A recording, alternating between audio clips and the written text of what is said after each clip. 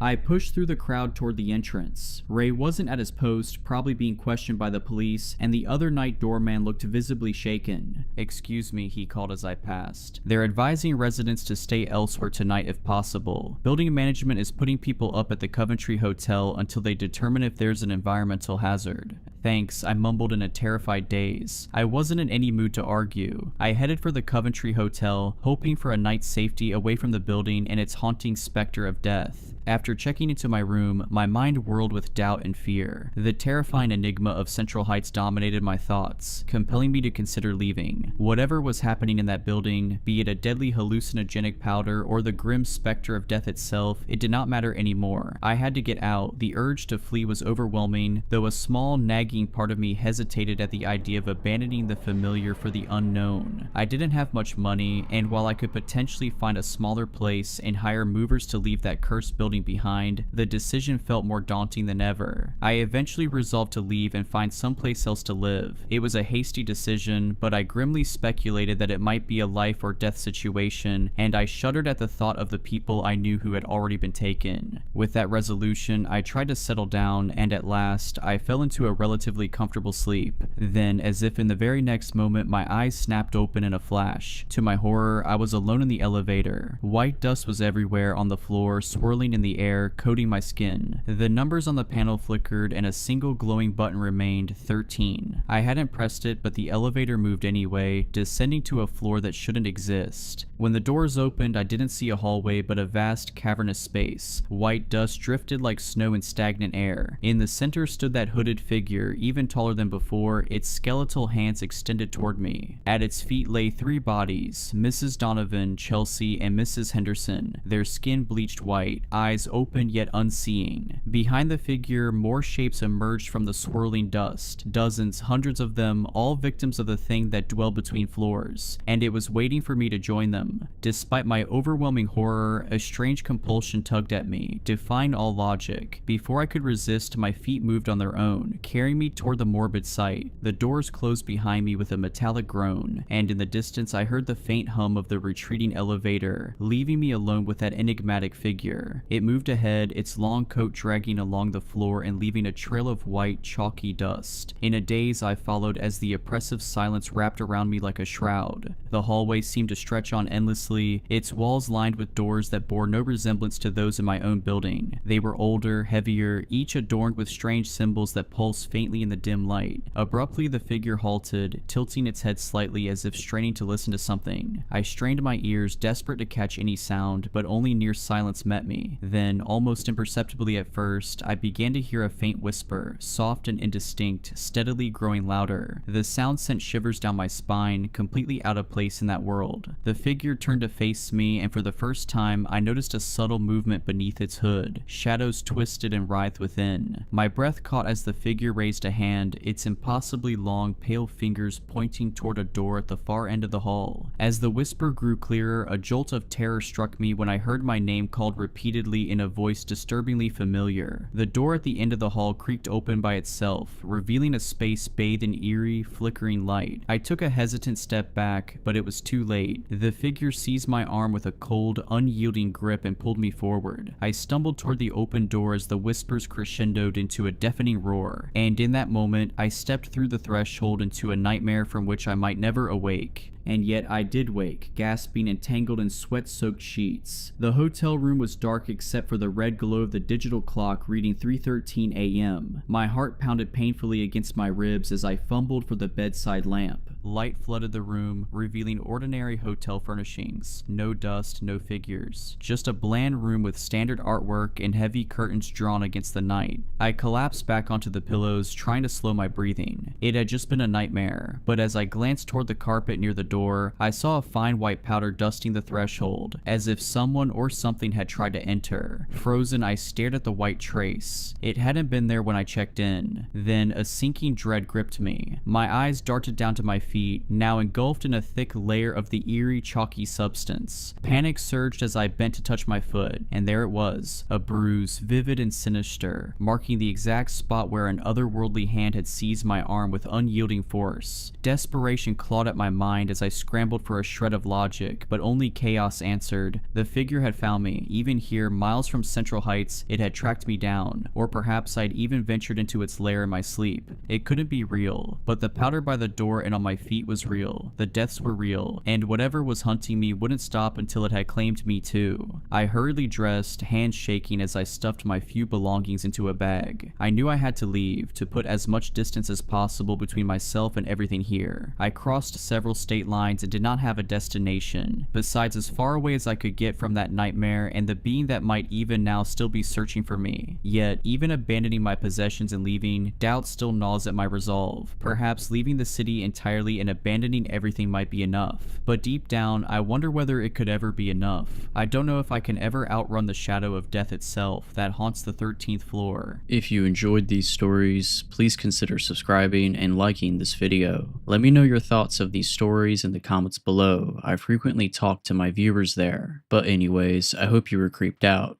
Just kidding. Stay safe.